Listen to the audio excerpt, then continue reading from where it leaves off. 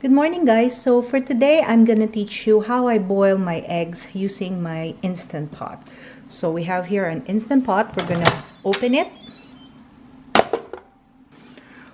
We are gonna place the rack like so, and then I'm just gonna boil about 4 eggs.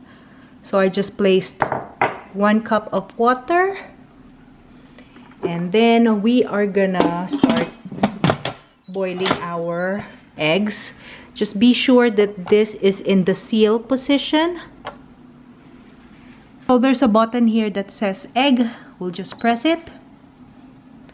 So one thing you have to know about Instant Pot, para lang din itong oven na ipipreheat muna. Ito naman, you have to wait until mag-pressurize muna yung Instant Pot, and then yun yung start ng pagbilang natin. A while ago it says 5 minutes.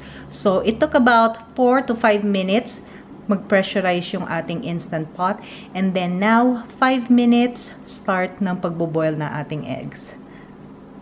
Here I have a Pyrex with water and ice. So after natin maboil yung ating eggs, ilalagay muna natin yung mga eggs natin dito para for a few minutes para easy peel din siya. So 5 minutes is done. Okay, so ang gagawin natin, medyo maingay ito. From the sealing position, ilalagay natin sa venting, and then you'll see the smoke coming out, plus maingay talaga. That's why I have a rag here to cover it. There you go.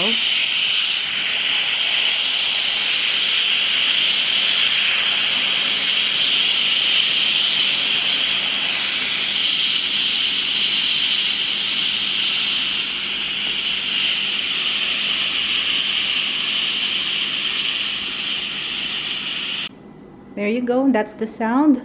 And that's our cue to say it's ready to open our Instant Pot.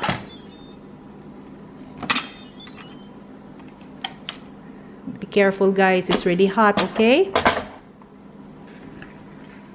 Okay, so with a tongue, we're just gonna grab our eggs and dump them all in dito sa ating water with ice. Okay. That will stop the cooking process. Okay, so about 2 minutes. Cold to the touch na yung ating egg. There you go. Just gonna place them here. And then I'm gonna show you how easy it is to peel our eggs.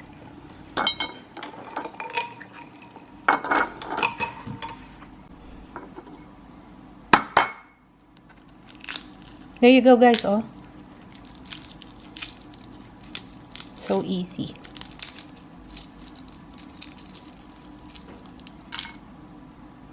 So I have 1 egg.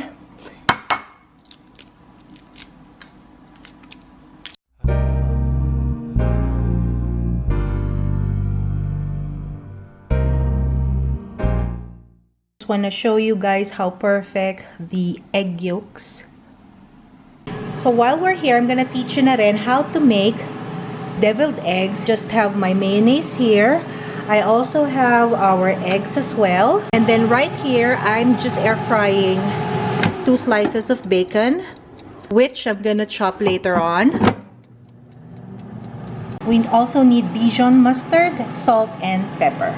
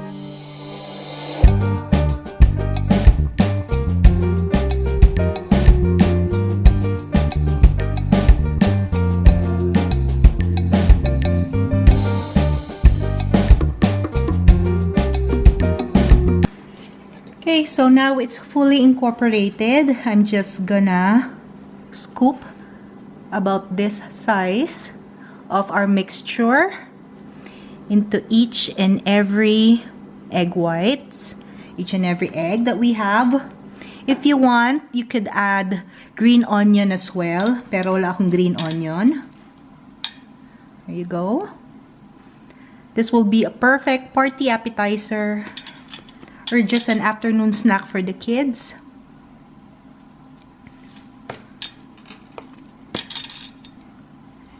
Or if you have chives as well, you could add chives para decoration lang dito.